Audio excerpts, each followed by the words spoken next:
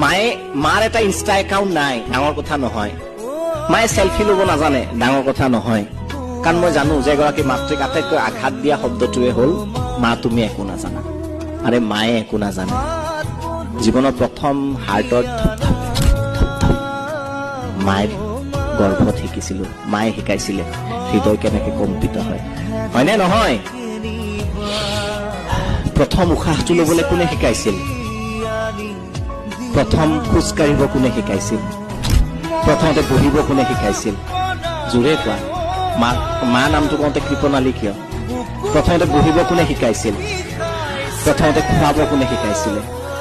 তাৰপিছত আমি কওঁ মা একো নাজানে, জীৱনত নকবা। Clap for your mother.